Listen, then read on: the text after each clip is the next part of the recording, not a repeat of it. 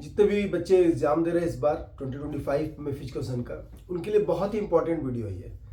क्योंकि सीबीएसई का जो सैंपल पेपर होता है उसी के आधार पर क्वेश्चन बनता है। तो अब ये सैंपल पेपर, मैं सिर्फ ये सैंपल पेपर ही नहीं एक्सप्लेन कर रहा हूँ, इसका क्वेश्चन और आंसर।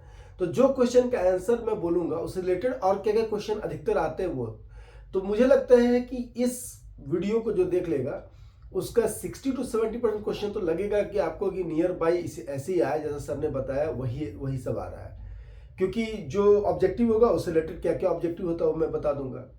तो ये वीडियो को जरूर ध्यान से देखिए, जो भी देखिएगा और पूरा देखिए, ताकि आपको समझ में आ जाए कि क्या क्वेश्चन सीबीएसई जो है डाल रहा है और किस तरह के आंसर आप डालिएगा, किस तरह के आंसर आप लिखिएगा, तो आपको जो है नंबर पूरा का पूरा मिलेगा। अब पहला 18 क्वेश्चन जो है वो तो ऑब्जेक्टिव है, और बीच में फिर 31, 32, 33 उधर जो 3 क्वेश्चन और केस स्टडी वाला है, वैल्यू बेस्ड जो है वो क्वेश्चन जो है वो भी आपका 31, 32, 33 जो है वो भी आपके लिए जो है ऑब्जेक्टिव ही है। तो वहाँ पर भी आपका नॉलेज काम आएगा। वहाँ पर बेसिकली आपका नॉलेज का एप्लीकेशन काम आता है, डायरेक्ट नॉलेज कम काम आता है, लेकिन हाँ नॉलेज जिसका क्लियर है वो आराम से कर लेता है, बहुत ईजी होता है। अब बिना टाइम वेस्ट किए जल्दी से आता हूँ वीडियो में। पहला क्वेश्चन है आपका ये सीबीएसई सैंपल क्वेश्चन पेपर। अगर आप लोग सब निकाल के बैठिएगा अगर अपने साथ, तो और अच्छा लगेगा आप लोग को वीडियो देखने में। और ये सीबीएसई के साइड में मौजूद है, सीबीएसई एकेडमिक्स में आप करिकुलम में जाइएगा, वहाँ से डाउनलोड कर लीजिए इस बार का 24-25 का सैंपल क्वेश्चन पेपर फिजिकल का, और साथ लेके बैठिए तो और अच्छा लगेगा आपको वीडियो। मैं ऐसे बोल रहा हूँ कि आप सिर्फ सुनिएगा तो भी आपको समझ में आते जाए। पहला question, how many total matches will be played in a knockout fixture of 19 teams. Knockout में जब भी नंबर पूछेगा तो n-1, नंबर ऑफ टीम -1। अब यहां पर एक थोड़ा सा वो कंफ्यूजन क्रिएट करने के लिए, थोड़ा आपका कंसेप्ट देखने के लिए कभी भी पूछता है, there are x number of teams in knockout where there is a hard line match. Hard line match मतलब होता है सेमीफाइनल, जो दोनों लूजर होते हैं वो आपस में खेलते हैं, तो एक मैच एक्स्ट्रा बढ़ गया। तो हार्ड लाइन मैच जहां होगा वहां एक मैच एक्स्ट्रा बढ़ गया, तो number of match equal to number of teams हो जाएगा, यानी 18 टीम्स हो तो 18 ही मैच हो जाएगा। ये भी एक बार पूछ चुका है, इसलिए मैं इसको यहाँ क्लियर कर दे रहा हूँ। तो यहाँ थोड़ा याद रखिएगा, जहां हार्ड लाइन मैच स्पेसिफिक लिखा रहेगा वहां नंबर ऑफ टीम्स के बराबर कीजिएगा। जहां स्पेसिफिक नहीं लिखा हुआ है, जैसे यहाँ स्पेसिफिक नहीं लिखा हुआ है कि हार्ड लाइन मैच है कि नहीं है कि नहीं है, अगर नहीं लिखा मतलब नहीं ही है, क्योंकि वहां लिखना पड़ता है। जैसे टूर्नामेंट भी होता है, तो अगर हार्ड लाइन मैच कहीं होना है तो पहले ही पिक्चर में लिखा रहता है there will be hard line match for third place, क्योंकि जनरली हम लोग प्राइजेस देते हैं रनर विनर को नॉकआउट में। लेकिन अभी सीबीएसई ने क्या कर दिया, थर्ड प्लेस को भी प्राइज दे दिया। अभी तो क्या कि सेमीफाइनलिस्ट के दोनों लूजर को ही थर्ड प्लेस दे दिया जाता है, इसलिए उसका हार्डलाइन मैच बंद कर दिया गया। लेकिन जिस टूर्नामेंट में हार्डलाइन मैच होगा, यानी याद रखिएगा हार्ड लाइन मैच अगर थोड़ा भी लिख दिया है ऑब्जेक्टिव क्वेश्चंस में, तो वहां आपको n equal to number of match equal to number of team हो जाएगा। यहाँ n-1, तो ऑप्शन में आपका है 18, 17, 20, 16। नो डाउट आपको एकदम कंफ्यूजन नहीं होना चाहिए कि यहाँ पर चूंकि हार्डलाइन मैच नहीं है इसलिए n-1, यानी 19 टीम है तो 18, तो सर ऑप्शन ए 18 यहाँ पर आपको करना है। अब इसी से रिलेटेड यहाँ नहीं पूछा, लेकिन मैं बताता हूँ लीग में पूछ देगा अगर, तो लीग में जितने भी x नंबर ऑफ टीम है, तो x इंटू, यानी x नंबर ऑफ टीम है तो x इंटू x-1 ब्रैकेट में बाई 2, यानी कि अगर 5 टीम है तो 5 ब्रैकेट में 5 इंटू 5-1 यानी 4/2। उतना हम लोग नहीं करते, डायरेक्ट क्या करते, जितने टीम है उससे एक कम से मल्टीप्लाई करके 2 से डिवाइड करते हैं। 6 टीम है तो 6 5 30 - 2 15 बाई डिवाइडेड बाई 2 15। उसी तरह 9 टीम है तो 9 इंटू 8, तो 9 8 72/2 यानी 36। ऐसे करके हम लोग निकालते हैं। तो आप जो है लीग कल पूछा नहीं, लेकिन मुझे लगता है कि अगर सैंपल पेपर में पूछा हुआ है नॉकआउट का, तो हो सकता है लीग का पूछ दे, या नॉकआउट में केवल टीम का नंबर बदल दे। तो इसको थोड़ा देख लीजिएगा। असर्शन रीजनिंग का जो क्वेश्चन होता है उसको सबसे पहले असर्शन को ध्यान से पढ़िए, सही गलत है। अगर असर्शन आपको लगा एकदम 100% सही है, तब फिर रीजनिंग पे आइए कि ये जो कह रहा है वो उसी का रीजन है क्या। अगर है तो फिर अधिकतर ऑप्शन देखते जाइए ABCD में क्या लिखा हुआ है। जैसे यहाँ पर given below are the 2 statements labelled assertion A, assertion means bracket में A and reason R, read the statements and choose the appropriate option from the option given below। अब देखिए सबसे पहले पढ़ना assertion क्या है, the knockout tournament is an elimination tournament, 100% सही है।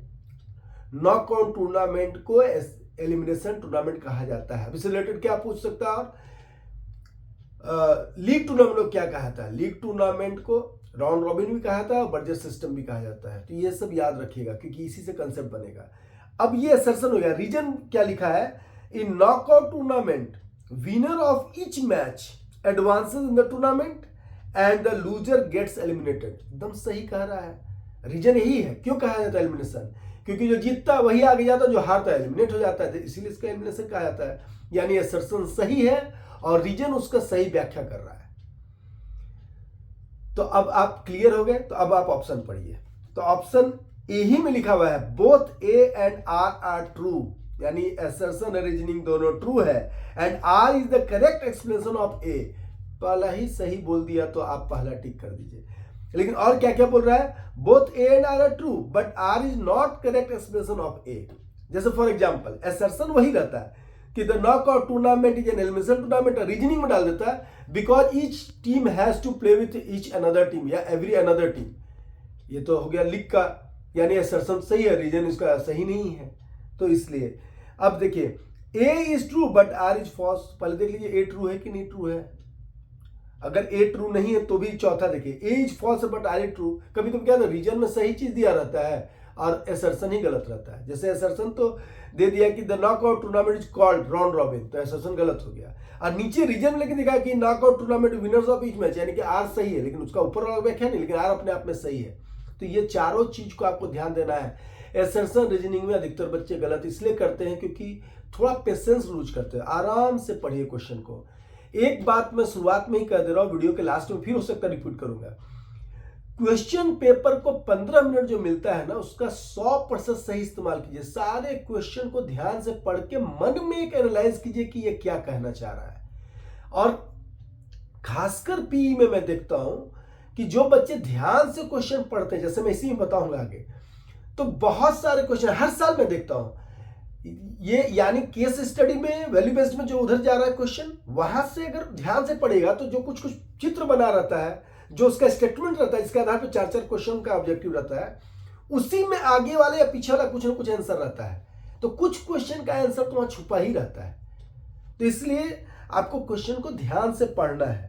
अब देखिए ये क्लियर हो गया। Third question, match the following. अब मैच द फॉलोइंग में भी हड़बड़ी मत कीजिए। कभी कभी लगता है ना कि पहला का तीसरा सही तो सब वैसी का आंसर होगा। नहीं, पहले ना चारों को मिला लीजिए। आप पेंसिल ले लीजिए और देखिए कॉपी में रफ जगह बनाने में कोई दिक्कत नहीं है। रफ बनाते हैं तो चेक करने में खुशी होती है कि इसने कुछ रफ वर्क किया है, तो कॉपी में साइड में रफ वर्क कीजिए। जब भी इस टाइप का ऑब्जेक्टिव रहता है साइड में ही कॉपी में लिख दीजिए। वहां कॉपी बचाना नहीं है, ठीक है। कॉपी जितने भी होते हैं रिसाइकिल हो जाते हैं, इसलिए आपको उतना नहीं सोचना है इन्वायरमेंट के बारे में। आपको आराम से जगह लेके लिखना है। पहला है लिस्ट 1 में दिया हुआ है डिफॉर्मिटीज, जैसे नॉक नीज, किफोसिस, लोडोसिस, बोलेक्स। अब इसको थोड़ा सा कंसेप्ट क्लियर कर लो। 7 डिफॉर्मिटी आपको पढ़ना है। कंधा आगे की ओर झुक गया, दैट इज राउंड शोल्डर। 3 पढ़ना है वर्टिब्रल कॉलम यानी बैकबोन के बारे में। तो वर्टिब्रल कॉलम या बैकबोन ऊपर से टिल्ट हुआ है, यानी ऊपर का भाग तो टिल्ट हुआ, किफोसिस। इसको याद रखने के लिए की हमेशा आगे से जाता है तो किफोसिस।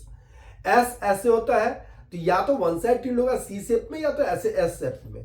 तो एक साइड भी ऐसे टिल्ट हो सकता है। जब एक साइड टिल्ट होता है ज्यादा दिन तक तो उसको बैलेंस करने के लिए इक्विलिब्रियम के हिसाब से क्या होता है, बॉडी बैलेंस करता है, सीजी सेंटर में लाने के लिए हल्का इधर भी मुड़ जाता है, तो हल्का एस शेप पे आ जाता है, दैट इज स्कोलियोसिस। और नीचे से अगर बैकवर्ड जो टिल्ट हो गया, अंदर की ओर दब गया, बैकबोन नीचे के साइड का आगे की ओर टिल्ट हो गया, तो वो हो गया आपका लोडोसिस। तो ये 3 वो हो गया। और वहां से नीचे आएगा तो नी अगर सट रहा है तो नॉक नीज, नी में ज्यादा गैप हो गया, अगर इरेक्ट सीधा खड़े हैं और नी क्लोज हो रहा है, सट रहा है या ओवरलैप कर रहा है, खड़े में दिक्कत हो रही तो नॉक नीज, और ज्यादा है पार्ट ज्यादा दूर हो गया तो बोलेक्स। और नीचे का जो हमारा आर्क बनता है फिट का, वो फिट का आर्क नहीं बन रहा है, यानी थोड़ा सा दब नहीं रहा है, पूरा प्लेन आ रहा है आर्क, तो दैट इज फ्लैट फिट। तो यही आपको पढ़ना है। तो ये थोड़ा सा अगर फिगर के साथ आपके ब्रेन में रहेगा तो कोई ना कोई क्वेश्चन। और स्टिक डायग्राम भी कम से कम हर चीज का बनाने जानिए। कोई जरूरी नहीं कि हर कोई आर्टिस्ट है, लेकिन इतना तो बना ही सकते, सिंबलाइज कर सकते हैं हम कि हमको मालूम है कि क्या है। तो जहां भी क्वेश्चन में आपको लगे कि कोई भी ऐसा चीज है जिसका डायग्राम, जिसका स्टिक डायग्राम बनाया जा सकता है, जरूर बनाइएगा। उससे क्या होता है, चेक करने वाले को एक मदद मिलती है और एक बूस्ट मिलता है उनको कि नहीं इसको नंबर देना है, क्योंकि ये इसका कंसेप्ट क्लियर है, कॉपी जो है देखते ही पता चले कंसेप्ट क्लियर है। आपके पास जो टाइम है वो किस लिए है, आपको बताना है एग्जामिनर को कि आपको आता है, आप कितना जानते हैं वो सब मैनिफेस्ट कीजिए वहां पर, सब एक्सप्रेस कीजिए वहां पर, ताकि चेक करने वाला इंप्रेस्ड हो, क्योंकि आपको इंप्रेशन ही तो देना है, तभी तो नंबर मिलता है। तो ये है नॉक नीच। अब इधर दिया हुआ है कि क्या होता है उसमें, increase acceleration of backward curve, ये इसमें होगा नहीं क्योंकि बैक कर्व से रिलेटेड है नहीं। वाइड गैप बिटवीन नी, ये हो नहीं सकता है क्योंकि वाइड गैप मैंने कहा था बोलेक्स के लिए होता है या रिकेट्स के लिए। Knee touch each other in normal standing position, normally खड़े होने पे नी टच होता है एक दूसरे को जब पैर क्लोज होता है, तो यही इसका है, यानी कि पहला का 3। इसी तरह आपको सबका क्लियर करना है। कीफोसिस क्या है, ठीक है, कीफोसिस क्या है, increase acceleration of backward curve, तो उसको देख लीजिएगा, ठीक है। लॉर्डोसिस क्या है, इनवर्ड कर्वेचर ऑफ स्पाइन, जो स्पाइन अंदर की ओर ऐसे इनवर्ड कर्वेचर नीचे से हो गया। बोलेक्स क्या है, वाइड गैप हो गया। तो ये अगर आपको मालूम है आप आराम से इसको कर सकते हैं। तो थोड़ा थोड़ा तो आपको पढ़ना भी पड़ेगा, थोड़ा सा कंसेप्ट लेना पड़ेगा। हाँ, कंसेप्ट में कहीं कोई दिक्कत हो कोई चीज़ समझने में, किसी भी चीज़ में, तो तुरंत आप कमेंट बॉक्स में आइए, हम वहाँ पर फिर से बना देंगे। For developing muscle which nutrients should be increase diet है, बहुत आसान क्वेश्चन है। अब देखिए, अब रहता कि आपको इंस्टेंट एनर्जी चाहिए तो कार्बोहाइड्रेट खाना चाहिए। कार्बोहाइड्रेट लोडिंग एक वर्ड ही है एथलेटिक में, मैच के पहले जो लेते हैं, लेकिन यहाँ पे है मसल इंक्रीज करने के लिए, तो मसल या पूरे बॉडी को में कोई भी चीज़ जब नया सेल बनाना है उसके लिए क्या चाहिए, तो प्रोटीन चाहिए। तो इसके लिए ऑप्शन में प्रोटीन है, प्रोटीन आप लिख लेंगे, ठीक है। आइडेंटिफाई द आसन, अब यहाँ आसन दिया हुआ है, मान लीजिए यहाँ आसन दिया हुआ है, कोई भी आसन अगर दिया हुआ है, आपको शायद छोटा सा दिखे नहीं, लेकिन ये है हलासन। अब ना आसन में मेरा एक स्पेशल वीडियो उस पर देख लीजिएगा, लेकिन आसन में बेसिकली आपको क्या है कि नाम और उसका डायग्राम, ये दोनों को रिलेट करने सीखिए।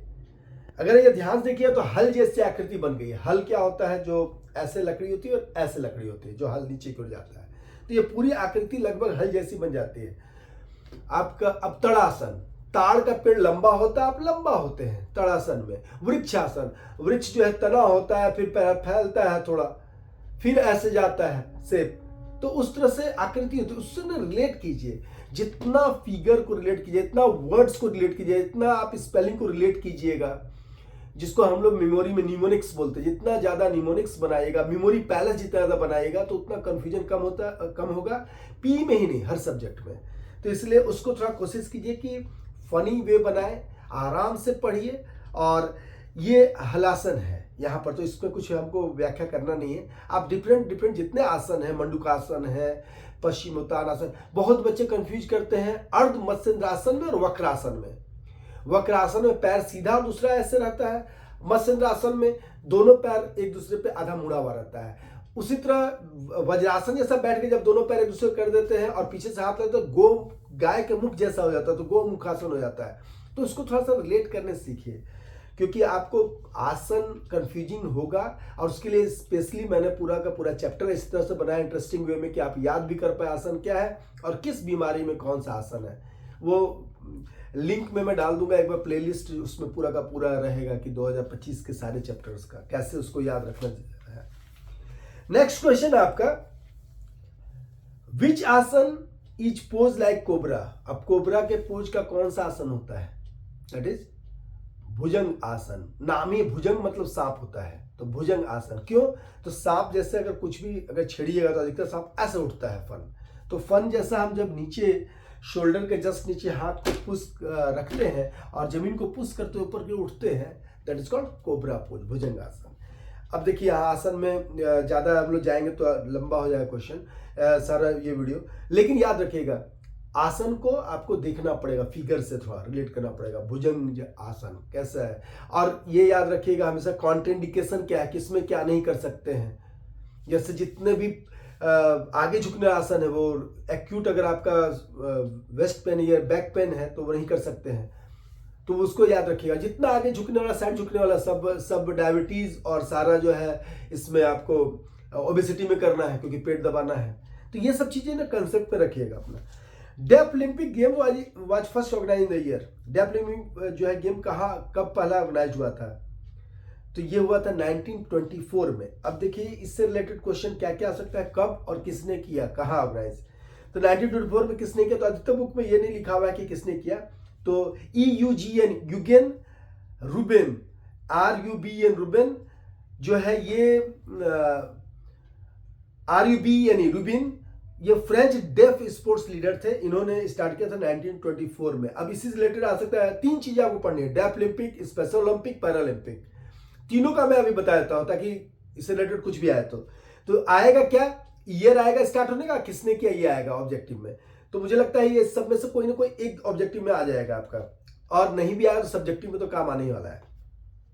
पैरालंपिक जो है 1960 में ऑफिशियली स्टार्ट हुआ था रोम में, इटली में, लेकिन डॉक्टर लुडविग गडमैन जो इसके फाउंडर कहे जाते हैं, उन्होंने 1948 में ही इसको कराया था पहले, लेकिन इसका नाम था स्टॉक मैंडविले गेम्स नाम से।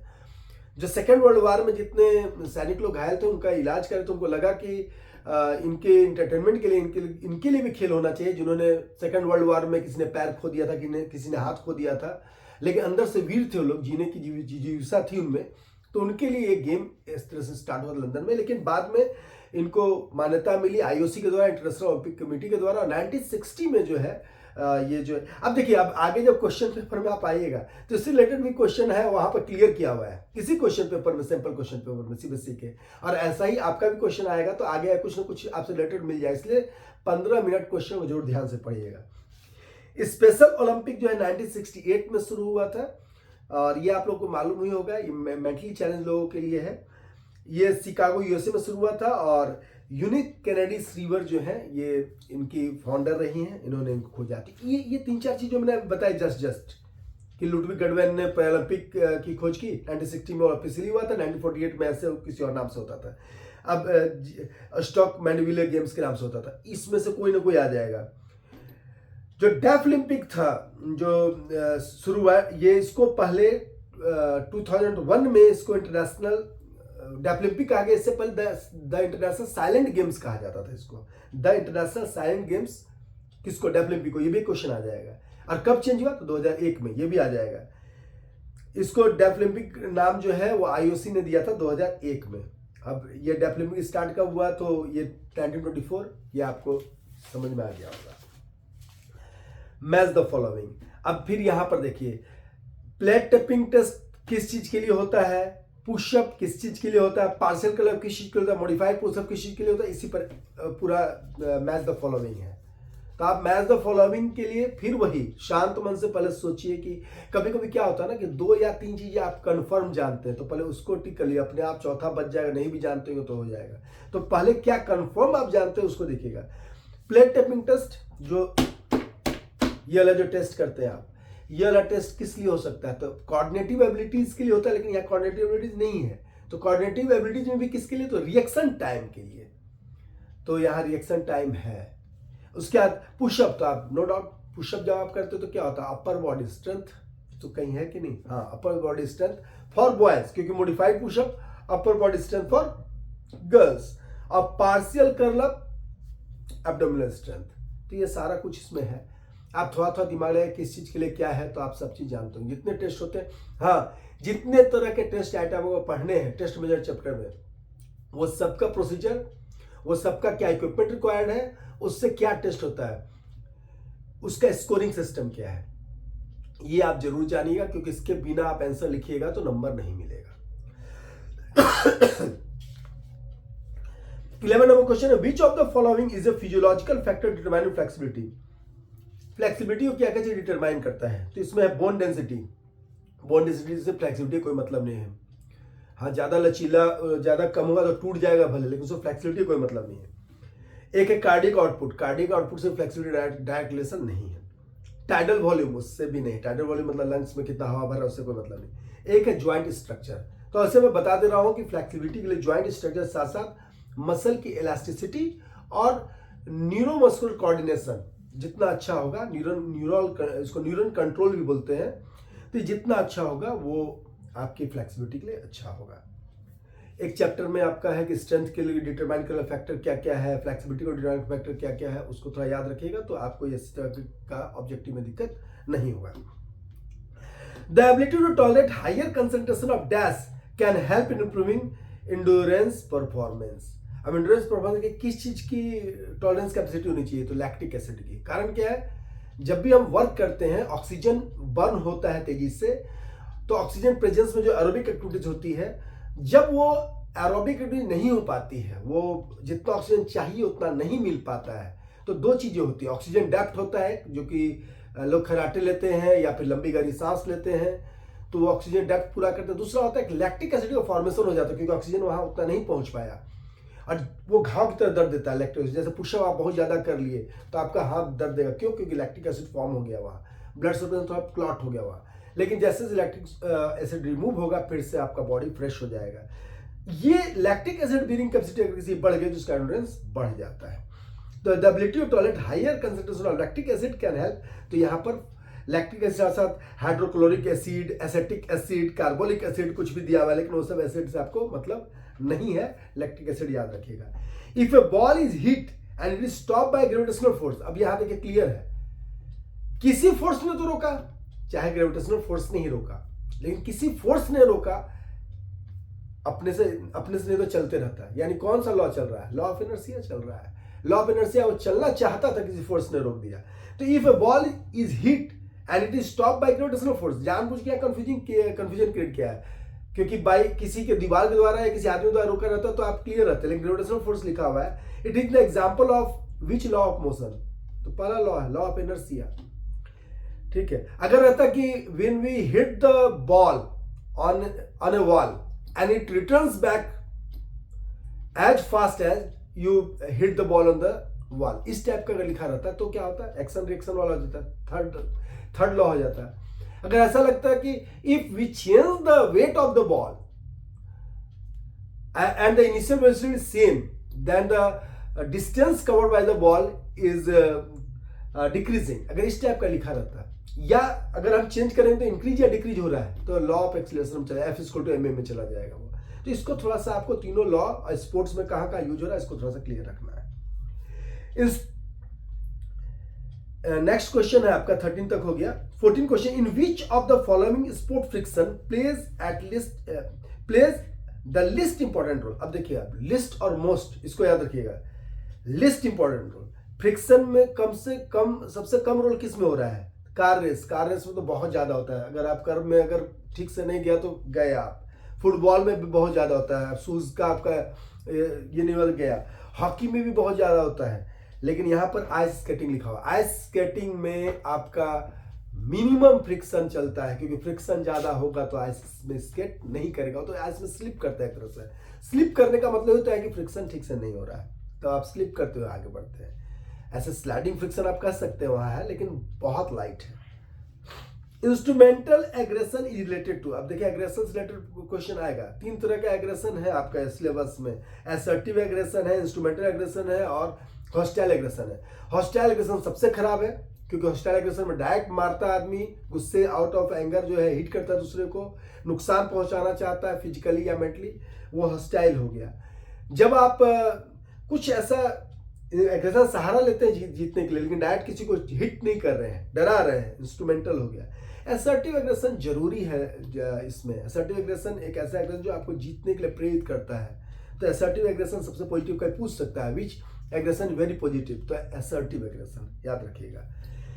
गिवन बिलो आर 2 स्टेटमेंट्स, तो यहाँ पे लिखा है इंस्ट्रूमेंटल एग्रेशन रिलेटेड टू, तो एक्सेप्टेंट डिफीट तो नहीं हो सकता है, ऑनली परफॉर्मेंस नहीं हो सकता है, हर्टिंग समवन टू गेन ये हॉस्टाइल का हो गया। तो अचीविंग गोल के लिए आप इंस्ट्रूमेंटल एग्रेशन का सहारा लेते हैं, इसलिए वो इसका ऑप्शन होगा। Given below are 2 statements, label assertion A, reasoning R, फिर असर्शन रीजनिंग वाले आ गए हम लोग। असर्शन क्या है? Aggression is part of human behaviour and is necessary for an individual to live and struggle for higher achievements. ये सही एकदम है, ध्यान से पढ़िएगा, एकदम सही है। रीजन क्या है? एग्रेशन इज इनएविटेबल, इसको टाला नहीं जा सकता, गुस्सा कभी नहीं कभी आएगा। And inseparable in sports activity, sports activity में गुस्सा आता ही, हम लोग को भी आता है, अगला कुछ बोल गया तो गुस्सा आना है, लाजमी है। उसको कंट्रोल कितना बेहतर करते हैं ये बात अलग है। तो ये दोनों सही है, असर्शन सही है और उसका रीजन भी सही है। तो ये पहला होगा कि both A and R are true and R is the correct expression of. 17 question है, which of this type of endurance, अब देखिए एंड्योरेंस दो तरीके से बांटा गया है, एक एक्टिविटीज के आधार पर, तो वो है basic endurance, general endurance and specific endurance. तो यहां पर विच ऑफ दिस एंड्योरेंस में सिर्फ स्पेसिफिक है, बाकी है स्टैटिक डायनेमिक। ये स्टैटिक डायनेमिक क्या होता है, ये तो फ्रिक्शन में चले गए हम लोग, रिलेटिव। यहां पर सिर्फ स्पेसिफिक है जो इससे रिलेटेड है, इसलिए एंड्योरेंस में स्पेसिफिक होगा, आपको याद रखना है। फिर एंड्योरेंस अगर टाइम के आधार पे होगा तो स्पीड एंड्योरेंस जो 45 सेकंड से नीचे होता है, 45 सेकंड से 2 मिनट तक होता है। शॉर्ट टर्म एंड्योरेंस 2 मिनट से 11 कहीं लिखा हुआ है, कहीं 2 से 15 लिखा हुआ है, 2 से 11 किसी किसी बुक में 2 से 15, ये हो गया कि मिड टर्म। और 11 या 15 मिनट से ज्यादा तक लगातार कोई एक्टिविटी करे तो लॉन्ग टर्म एंड्योरेंस। तो टाइम भी याद रखिए, कभी टाइम भी ऑप्शन में पूछ सकता है और कभी कभी ये चीजें भी पूछ सकता है। तो आपको types of strength, type of speed, type of endurance, type of flexibility, active passive flexibility जो होता है, तो टाइप सबका देख लीजिएगा, क्योंकि वो कहीं ना कहीं टच हो सकता है आपके ऑब्जेक्टिव में भी और यही काम आएगा आपके सब्जेक्टिव में भी। इंप्लीमेंटेशन ऑफ नॉलेज जो आपका होगा, कितने अच्छे सजा के आप लिखते हो, सब्जेक्टिव काम आता है, और नॉलेज जो है यहां पर आपका डायरेक्ट काम आ जाता है ऑब्जेक्टिव में। List any 2 exercise guidelines by WHO for different age groups. अब इसको देखिए, अब आगे हम लोग सब्जेक्टिव में, ऑब्जेक्टिव खत्म हो गया यहाँ पर, बीच में सब्जेक्टिव, फिर 31, 32, 33 में आएंगे ऑब्जेक्टिव में। यह है 2 exercise guidelines by WHO for different age groups. यहाँ कोई एकदम फिक्स्ड पैटर्न पर आंसर लिखने की जरूरत नहीं है। मैं बच्चों को याद करने बोलता हूँ कि आप अपने अगल बगल दाएं बाएं आपके कॉलोनी में या आपके घर में कभी भी कोई छोटा बच्चा आपका रहा है तो उससे आप रिलेट कर लीजिएगा कि ये बच्चा अधिकतर करता क्या, उसको क्या कराते थे हम लोग। अब छोटा बच्चा टोडलर, उसको मसाजिंग, हाथ पैर मोड़ना, छोटे एकदम टोडलर्स के लिए, उसको स्क्रॉल करने देना, उसको थोड़ा फ्रीडम देना चलने फिरने के लिए, यही चलेगा उसका। उसको थोड़ी ना आप बताएंगे कि जिम में कैसे एक्सरसाइज करना है। 3 to 5 ईयर जो बीच का एज ग्रुप है, जो अर्ली चाइल्डहुड है, मिड चाइल्डहुड है, तो अर्ली चाइल्डहुड में क्या है, थोड़ा सा आपको जंपिंग, रनिंग, ये चाहे बीच का चाइल्डहुड आएगा। अगर तो आपको एज ग्रुप देखना क्या पूछ रहा है। डिफरेंट एज ग्रुप में कोई भी 2 एज ग्रुप डाल दीजिएगा, ठीक है। जैसे फॉर एग्जांपल यहां मैंने रखा हुआ है WHO का एक्सरसाइज गाइडलाइन के अनुसार जो 2 एज ग्रुप है, 5 to 17 ईयर्स, यानी कि आपका जो चाइल्डहुड शुरू हो रहा है एडोलेसेंट के लास्ट तक करीब, वहां तक।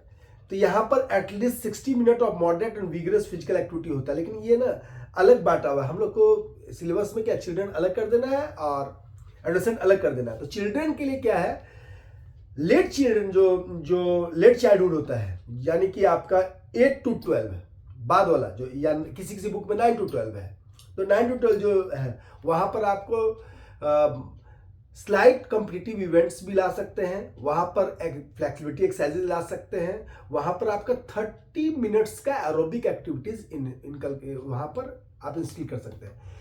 लेकिन एडोलेसेंट एज अगर आप लिख रहे हैं तो इसमें सब कुछ हो जाएगा, लाइट जिम एक्सरसाइजेस भी होगा, आपका 30 to 60 मिनट का एरोबिक एक्सरसाइजेस होगा, तो आपका बहुत सारा चीज में आ जाएगा, ठीक है। एडल्ट्स जो है 18 to 64, इसके लिए तो सब कुछ जो भी है आप, लेकिन एटलीस्ट 115 to 300 मिनट्स का वीकली जो है एरोबिक एक्सरसाइजेस आपका चलना चाहिए, ताकि लोग फिट रहें, और जो फिट है वही हिट है। तो ये थोड़ा सा आप देख लीजिए कि डिफरेंट एज ग्रुप में क्या क्या है, वो हो सकता है ऑब्जेक्टिव पूछ दे, हो सकता है आपका जो है यहाँ काम आ जाए। हाउ वी कैन, अब देखिए इसमें देखना क्या है, इंस्ट्रक्शन पहले ध्यान से पढ़े। इंस्ट्रक्शन में लिखा हुआ है किस सेक्शन बी, जैसे सेक्शन बी 19 से 24 है, इसमें से कहीं केवल 5 ही करना है, तो ये भी याद रखिएगा। बहुत बच्चे क्या होता है कि जोश जोश में पूरा कर जाते हैं, क्या जरूरी है टाइम वेस्ट करना, आप 5 को ज्यादा अच्छा लिखिए। जैसे सेक्शन सी है, इसमें भी 6 है, इसमें 5 ही करना है, तो आपको ना वो देखना पड़ेगा, इंस्ट्रक्शन ध्यान देंगे। दूसरा, एक गलती जो अधिकतर करते हैं, हाउ टू गेट 100% मार्क्स में P एक मैंने वीडियो बनाया हुआ, उसमें मैंने ठीक से एक्सप्लेन किया, लेकिन फिर भी आप बता दे रहा हूँ, आपको वर्ड जो लिमिट है उसको फॉलो करना अच्छे से, और वर्ड लिमिट अच्छे से फॉलो करने का आपको क्या करना चाहिए, 5 नंबर क्वेश्चन को पहले डील करना चाहिए। 5 नंबर क्वेश्चन में क्या है कि वर्ड लिमिट ज्यादा है, आपको सजाना है, उसमें इंट्रो भी देना है, बीच का चीज भी देना है, और फिनिश भी अच्छे से करना है। और होती गलती क्या है कि जब आप 2 और 3 को पहले करते हैं और 2 और 3 को अच्छे से जानते हैं, किसी न किसी क्वेश्चन तो बहुत अच्छे जानते होंगे, तो 2 और 3 का क्वेश्चन बहुत अच्छा जब लिख देते हैं, तो एक्सपेक्टेशन चेक करने वाला क्या हो जाता है कि 5 तो इसके अनुसार बहुत और अच्छा होना चाहिए, और अगर उतना अच्छा 5 उसको नहीं दिखा वहां, तो फिर वो 5 में 4 कर देता है। कोई भी 25 साल से मैं भी चेक कर रहा हूँ, 24-25 साल से, तो हम लोग के साथ भी ये होता है। आप भी कीजिएगा तो होगा, क्योंकि एक्सपेक्टेशन तो उससे बढ़ जाएगा ना कि 2 नंबर में इतना चलेगा, इसलिए 5 पहले अच्छे से लिख लीजिए, जितना टाइम बचे उसके अनुसार 3-2 भी अच्छा कीजिए, कोई अच्छा करना चाहिए हर क्वेश्चन का आंसर, लेकिन आपको क्या करना, वर्ड लिमिट को फॉलो करना है और आपको टाइम बचा के रखना है। बड़े के लिए पहले तो बड़े पहले क्लियर कर लीजिए 5-5 वाले, फिर 3 में आई, फिर 2 पे, और 1 वाले तो ऑब्जेक्टिव कहीं भी लिखिए आपका सही है। और ऑब्जेक्टिव का खासियत तो खराबी एक ही है, खासियत क्या है, सही है तो पूरा का पूरा नंबर, खराबी क्या है, गलत है तो आधा का कोई ऑप्शन नहीं है, पूरा गलत। तो इसलिए उसको थोड़ा और अच्छे से शांत मन से आपको करना ही करना है। Next, how we can say the protein is essential component of diet. अब देखिए मैं थोड़ा सा हिंट करूंगा कैसे लिखना है। प्रोटीन एसेंशियल कंपोनेंट क्या है कि क्यों है, तो आप बताएंगे कि बॉडी बिल्डिंग कंपोनेंट है प्रोटीन, और प्रोटीन के जो है 23 अमीनो एसिड्स थे, 9 बॉडी के लिए बहुत जरूरी है, तो इसलिए जो है आपका वो, तो 2-3 पॉइंट में लिखना है, 2-2 मार्क्स का है। आपको ये भी देखना है कितना मार्क्स का और कितना लिखना है, उतना ही लिखना है।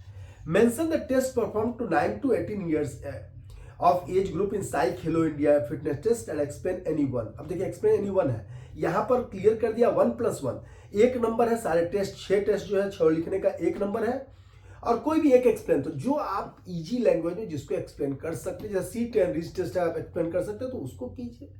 अगर आप पार्शियल कर्ल को, मॉडिफाइड पुशअप को, जिसको कर सकते हैं इसमें से वही कीजिए। List down the types of bone injury. Bone injury basically 2 ही है, डिसलोकेशन और फ्रैक्चर, लेकिन इससे आपको 2 मार्क्स नहीं मिलेगा। आपको लिखना है फ्रैक्चर, फिर ब्रैकेट में आपको या फिर नीचे ABCD करके टाइप्स ऑफ फ्रैक्चर कर देना है, और डिसलोकेशन, तो डिसलोकेशन मीन्स हल्का सा छोटा सा कर दिया, तब आपको 2 मार्क्स पूरा मिलेगा। यानी आपको ये भी फॉलो करना है कि हमको नंबर मिलने के लिए कितना चीज लिखना ठीक है, लेकिन हाँ एक्सपीरियंस कुछ भी नहीं करना है, क्योंकि 6 फ्रैक्चर अगर आपको याद है और आपको डिसलोकेशन क्या याद है तो ये पूरा नंबर मिल गया, बस इतना ही चाहिए, क्योंकि हाँ वर्ड लिमिट लिखा हुआ है पहले कि 2 नंबर वाले कम से कम में लिखना है, लेकिन हाँ पॉइंट एकदम पॉइंट सारा लिखिए, एक्सप्लेन मत कीजिए जहां नहीं बोला है, वो भी 2 नंबर में खासकर। What do you understand by term goal setting. अब गोल सेटिंग में अगर आपने स्मार्ट का जिक्र कर दिया तो नंबर पूरा मिल जाएगा। Goal setting means to think in advance, what to do, when to do, how to, planning पूरा, और स्पेसिफिक गोल होना चाहिए, तो स्मार्ट लिखिएगा, स्पेसिफिक, मेजरेबल, अचीवेबल। अगर इसको थोड़ा कर दीजिएगा तो कोई भी थोड़ा सा अच्छा उसको लगेगा चेकआउट करने में। गोल सेटिंग प्राइमरी चीज है, मैं हमेशा बोलता हूँ क्लासेस में, जिसका नहीं होता क्लियर गोल वही घूमते रहता है गोल गोल, उसकी एनर्जी एक जगह जाती नहीं सीधी। Define flexibility and list down its type. Flexibility को डिफाइन कीजिए, तो flexibility means to do larger range of movement, जैसे उंगली यहां तक जा रही है, फ्लेक्सिबिलिटी ज्यादा तो यहां तक, और ज्यादा तो यहां तक सट जाएगी, हाथ यहां तक जा रहा और पीछे जाएगा तो पूरा सट जाएगा। Flexibility means to allow the body to do larger range of movement, ये फ्लेक्सिबिलिटी है। इसका टाइप 2 है, एक्टिव फ्लेक्सिबिलिटी, पैसिव फ्लेक्सिबिलिटी। जब आप अपने से एक्टिव होकर कुछ फ्लेक्सिबिलिटी करते हैं तो एक्टिव, और जब कोई मदद करता है तो पैसिव, किसी की मदद से कर रहे हैं तो पैसिव। लेकिन याद रखिएगा ये भी ऑब्जेक्टिव पूछ चुका है कि विच फ्लेक्सिबिलिटी हैज लार्जर रेंज, तो पैसिव, क्योंकि जब कोई मदद करे तो आपको ज्यादा खींच देगा हाथ, तो पैसिव फ्लेक्सिबिलिटी लार्जर रेंज है। और बच्चे कंफ्यूज क्या करते हैं कि एक्टिव में ना ज्यादा होना चाहिए तो एक्टिव कर देते हैं, तो ये गलती मत कीजिएगा। तो आप डिफाइन फ्लेक्सिबिलिटी के बाद दोनों टाइप लिख दीजिए। सेक्शन C में आ गए हम लोग। Specify the purpose of specific sports programme organise for community services. अब देखिए मैंने पूरा बनाया हुआ है, इसका पूरा फर्स्ट चैप्टर का वीडियो मैंने लास्ट में अच्छे समझा है कि स्पोर्ट्स डे क्या है, रन फॉर फन क्या है, रन फॉर यूनिटी क्या है, रन फॉर स्पेसिफिक कॉज क्या है, तो इसकी में से कोई भी 2-3 आपको व्याख्या कर देना है यहाँ पर। व्हाट आर द हेल्थ, अब मैं क्वेश्चन समझा रहा हूँ सिर्फ, अगर किसी भी स्पेसिफिक क्वेश्चन के आंसर में दिक्कत होगा तो आप बॉक्स में लिखिएगा, मैं वहीं पर एक्सप्लेन कर दूंगा या फिर छोटा सा वीडियो बना दूंगा उसका कि ये क्वेश्चन का आंसर अगर आप नहीं समझ पा रहे हैं, क्योंकि हर एक क्वेश्चन का आंसर मैं समझाऊंगा तो वीडियो बहुत ही लंबा हो जाएगा। Write in detail the aim and objective of special Olympic Bharat. Special Olympic Bharat जो है ये एक तरह से स्पेशल ओलंपिक जो चलता है पूरे वर्ल्ड में उसी का एक पार्ट है, तो उसका एम एंड ऑब्जेक्टिव उसी से रिलेटेड है, जिससे स्पेशल ओलंपिक का एम ऑब्जेक्टिव वही है। और स्पेशल ओलंपिक का जो आपका ये स्पेशल ओलंपिक का let me win but if I can not win let me brave in the attempt, ये इसका जो है मोटो है, इससे रिलेट कर दीजिएगा तो आपको नंबर यहां मिल जाएगा। आपको सारा का मोटो याद रखना है थोड़ा, ठीक है।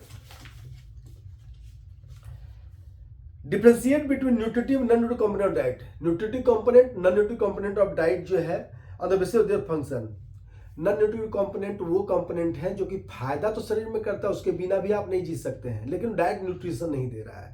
जैसे रफेज, जैसे वाटर को भी नॉन न्यूट्रिटिव में लिया जाता है, लेकिन वाटर के बिना जी ही नहीं सकते हम लोग, तो याद रखिएगा। अब देखिए, एक न्यूट्रिटिव नॉन न्यूट्रिटिव है और एक है मैक्रो कंपोनेंट माइक्रो कंपोनेंट, उसको याद रखिएगा, दोनों अलग अलग चीज है। मैक्रो में पानी आ जाता है, क्योंकि मैक्रो मतलब ज्यादा डाइट में ज्यादा लेना पड़ता है, जिस चीज को ज्यादा मात्रा में, मैक्रो में रफेज भी आ जाता है। वहां माइक्रो में तो ही आता है विटामिन एंड मिनरल्स, लेकिन यहाँ न्यूट्रिटिव और नॉन न्यूट्रिटिव की बात हो रही है, तो दोनों को एक अलग कंसेप्ट में लेकर चलिएगा। Which the help of suitable sports example explain the application of Newton's third law of motion. बहुत सारे एग्जाम्पल है थर्ड लॉ ऑफ मोशन का, तो वो आपको दे देना है कि जैसे हम जितनी तेजी से जमीन को पीछे खींचते रनिंग इवेंट में, उतनी तेजी से हम आगे की ओर जाते हैं।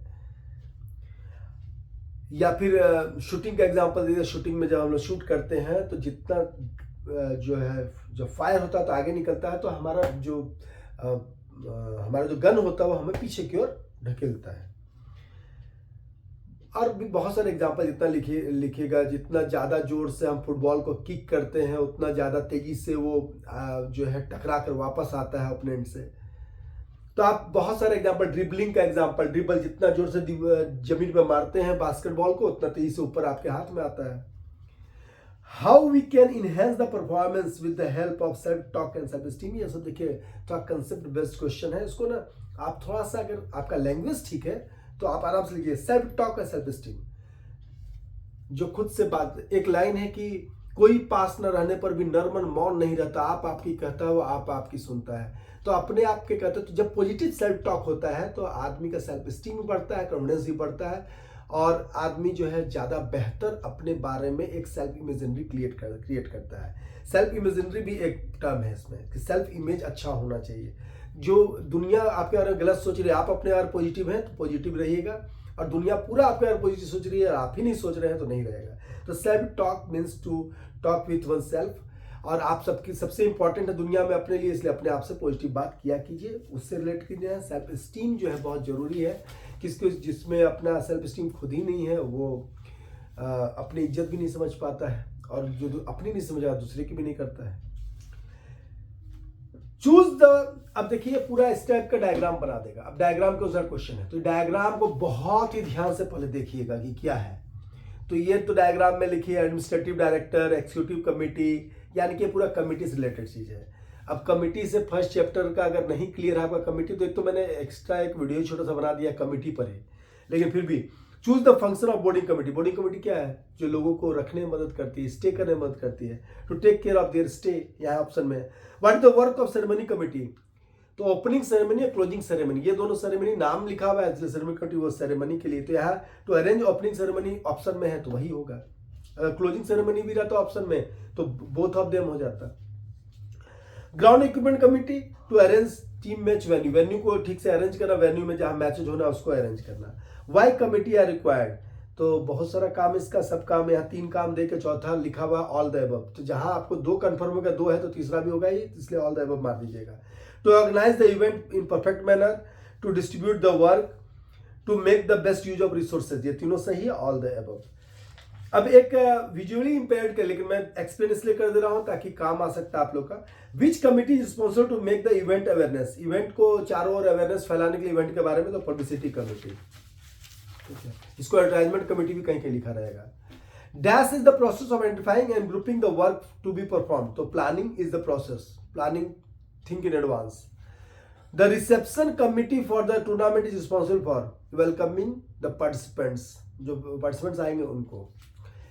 If the responsibility of a committee is to fix venue, date and timing of sports events है, यहाँ लिखा हुआ पोस्ट, तो पोस्ट तो नहीं होगा क्योंकि पहले ही फिक्स करते हैं हम लोग फिक्सचर और वेन्यू ये सब, यानी प्री मीट कमिटी है।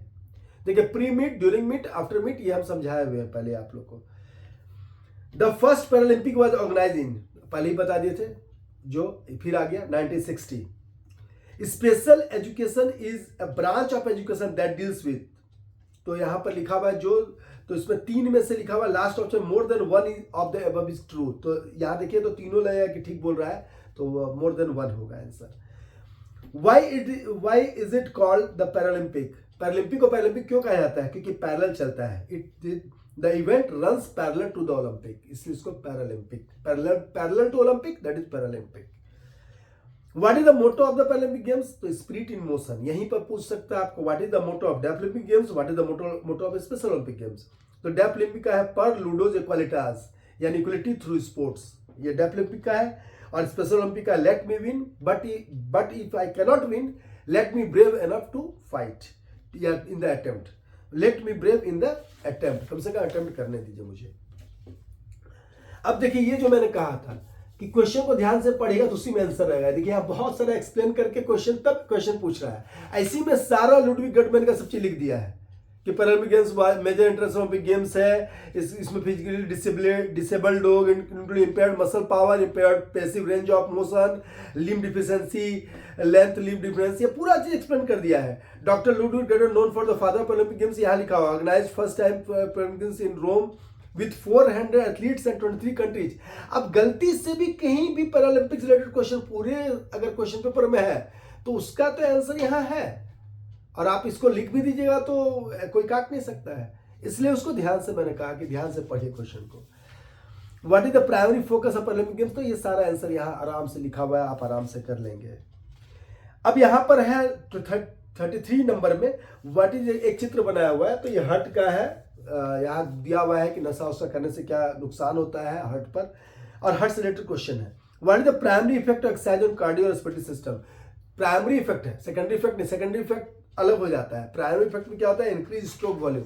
अब देखिए याद रखिएगा, इससे भी क्वेश्चन आता है। स्ट्रोक वॉल्यूम क्या है?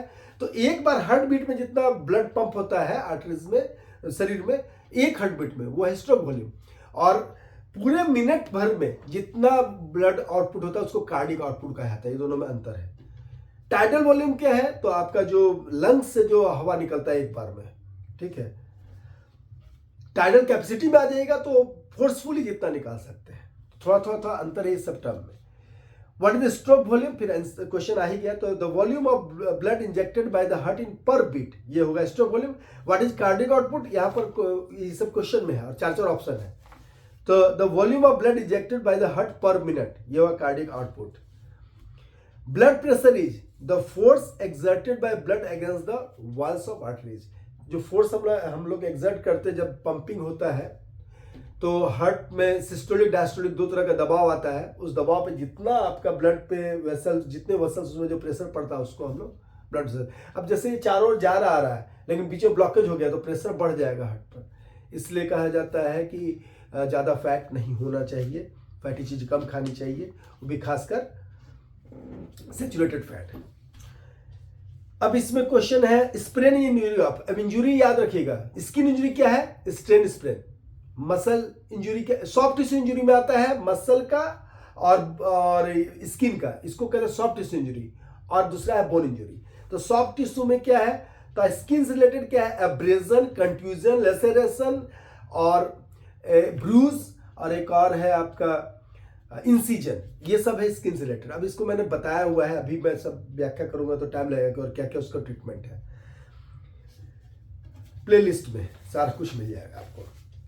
तो इसमें प्राइस क्या है, ये आपको प्राइस में आई क्या है? तो आइसिंग। स्प्रेन, यहाँ क्वेश्चन स्प्रेन क्या है? तो लिगामेंट इंजरी है। स्ट्रेन क्या है? तो वो मसल इंजरी है। एब्रेजन क्या है? तो सॉफ्ट टिश्यू इंजरी के अंदर आता है, यहाँ लिखा हुआ है। एब्रेजन एक तरह से छिलना होता है।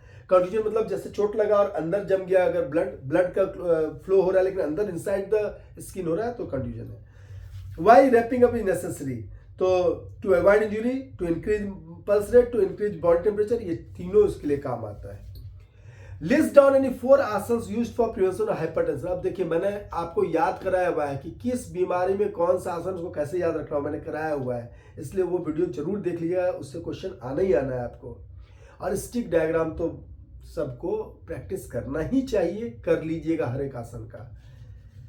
Discuss the purpose of reclining. देखिए जितने आसन सिलेबस में है सबको एक बार जरूर देख लीजिए, क्योंकि ऑब्जेक्टिव में अगर किसी का चित्र आ गया तो आप बोलेगा वो वाला हम नहीं पढ़े थे, बच के गए थे, तो उससे आपका 1 नंबर कट जाएगा। मैं नहीं चाहता कि आपका किसी का भी 1 भी नंबर कटे। Discuss the purpose of Rikli and Jones fitness test and explain procedure of any 2 test battery in detail. मैंने कहा ना, सारे टेस्ट कोई भी है, सारे टेस्ट का आइटम रख लीजिए। उस आइटम में क्या लिखना है? पहला सबसे ऊपर इक्विपमेंट रिक्वायर्ड, उसके बाद लिखना है प्रोसीजर, उसके बाद लिखना है स्कोरिंग। ये 3 चीज लिख लिया और उससे रिलेटेड डायग्राम अगर कुछ भी है, जैसे हार्डवेयर स्टेप टेस्ट है, आप बना दिए 16 इंच और 20 इंच का, अगर उसका वो मैन एंड वुमेन के लिए वो, और पैर भी स्टिक बना दिए कि पैर रख रहा है ऊपर, इतना में आपका क्लियर हो जाएगा। रिकलिन जोन्स में चेयर बना दिए 44 सेंटीमीटर का और उसके बाद दिखा दिए थोड़ा सा, तो उससे हो जाएगा आपका। तो 2 टेस्ट आइटम जो Rikli Jones senior citizen fitness test है, उसके लिए 2 आइटम जो है उसमें लिखना है यहाँ। Define strength and differentiate between isometric, isotonic, isokinetic exercises. Isometric जिसमें कि मूवमेंट नहीं है, पुशिंग ऑन वॉल। आइसोटोनिक जो इसमें कि मूवमेंट दिख रहा है। आइसोकाइनेटिक जो मशीन की मदद से करते हैं। इसको अगर थोड़ा सा डिफरेंशिएट कर दिए, लेकिन एग्जाम्पल के साथ। और थोड़ा याद रखिए 5 नंबर क्वेश्चन है, इसमें अच्छे से ही लिखना है। Define strength and differentiate, what are the various. देखिए यहाँ डिफाइन स्ट्रेंथ, यहाँ 1 नंबर दे दिया है, तो स्ट्रेंथ को डिफाइन ही नहीं करना है, उसका टाइप्स भी लिख दिया। स्टैटिक और डायनामिक स्ट्रेंथ। स्टैटिक स्ट्रेंथ जहां पे स्टैटिक हमारा मूवमेंट होता है, डायनामिक 3 तरह का होता है, maximum strength, explosive strength, strength range. उसको थोड़ा लिख दिया, 1 नंबर यहाँ क्लियर हो गया। 4 नंबर हो गया आइसोमेट्रिक, आइसोटोनिक, आइसोकाइनेटिक को आपको अलग अलग एक्सप्लेन करने में, उसका एग्जाम्पल डाल के। इसमें अगर आप थोड़ा सा अगर एक्सप्लेन कर दिए अच्छे से, और देखिए पेंसिल रखिएगा, पेंसिल से अंडरलाइन कर दिएगा अच्छी चीजों को। ब्लू पेन के अलावा पेंसिल और कुछ नहीं है। ब्लैक पेन यूज मत कीजिएगा, वो एग्जाम कोऑर्डिनेटर का होता है ब्लैक पेन। ग्रीन यूज नहीं कर सकते हैं, क्योंकि ग्रीन होता है मेन का, आपका जो एग्जामिनेशन हेड होते हैं उनका होता है। एग्जामिनर जो हेड एग्जामिनर होते हैं, असिस्टेंट एग्जामिनर या एग्जामिनेशन जो साथ मदद करते हैं असिस्टेंट हेड एग्जामिनर्स का, उनका होता है पर्पल। यानी बहुत तरह का कलर यूज होता है आपकी कॉपी में, इसलिए आपको सिर्फ blue ball point pen use करना है। और पेंसिल, पेंसिल 2-2 छिलके रखिए ताकि टूट भी जाए तो, और उससे अंडरलाइन जरूर कर दिए अच्छी चीजों को। Last question, what are the various type of friction.